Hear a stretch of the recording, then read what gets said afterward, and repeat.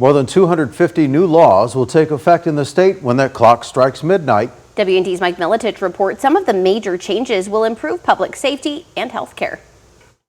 One of the most important bills that was passed and signed into law this year creates new police hiring reforms in memory of Sonia Massey. Police departments will no longer be able to make final offers of employment for probationary or law enforcement officers unless they review all past employment records. That includes background investigation materials, duty-related physical and psychological exams, work performance records, arrests, convictions, and any records of criminal or civil misconduct. I miss my mom every single day, like every day.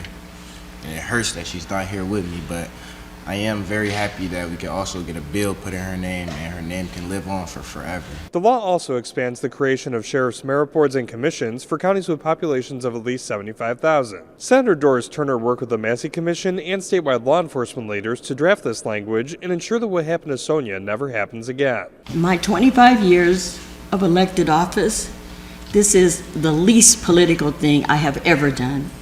But it's the most important thing I have ever done. Another law will protect the Mahomet Aquifer from carbon capture and sequestration after advocates raised concerns about the possibility of pipes leaking carbon dioxide. The Mahomet Aquifer is the sole source of water for roughly 800,000 people across central Illinois. Local Democrats and Republicans made the protection plan a top priority for the spring session. The point here is we shouldn't have any risk. There's like no acceptable risk because this is the sole source.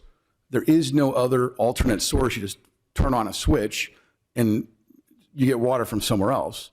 You can't. Illinois will also require law enforcement to submit quarterly reports on the number of homicides and violent crimes in their communities. A new law calls on the Illinois State Police to gather data on the number of homicides and firearm-related assaults and send that information to the Illinois Criminal Justice Information Authority. Police departments will also be required to document when the crimes occurred and the status of each case. A separate law requires guns to be put in a locked container if there are kids or at-risk people nearby. Gun owners will be fined up to $1,000 if a child or prohibited person gains access to a gun that is not safely stored. The fine could increase to $10,000 if the person kills someone with that firearm. Illinois has built a framework based on two simple truths. Education and awareness matters, and regulating access to firearms will save lives. Senate Bill 8 builds on this framework. It strengthens safe storage firearm requirements and tackles one of the fastest growing threats, which is stolen firearms. Gun owners will not face any fines if their firearm is stolen by an intruder, but owners must report the crime within 48 hours. Still, Republicans say the law will be found unconstitutional. I wish we had more opportunity to talk this through.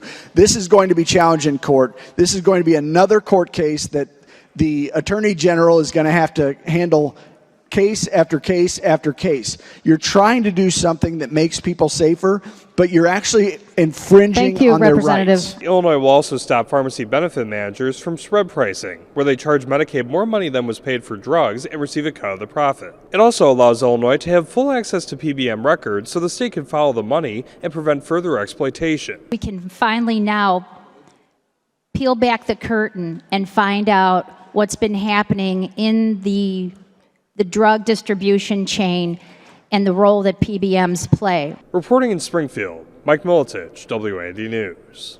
That PBM reform plan streamlines the Critical Access Pharmacy program, which will provide assistance to pharmacies in rural and underserved communities. Lawmakers also earmarked $25 million in the current budget to create a new grant program, lifting up independent pharmacies as well.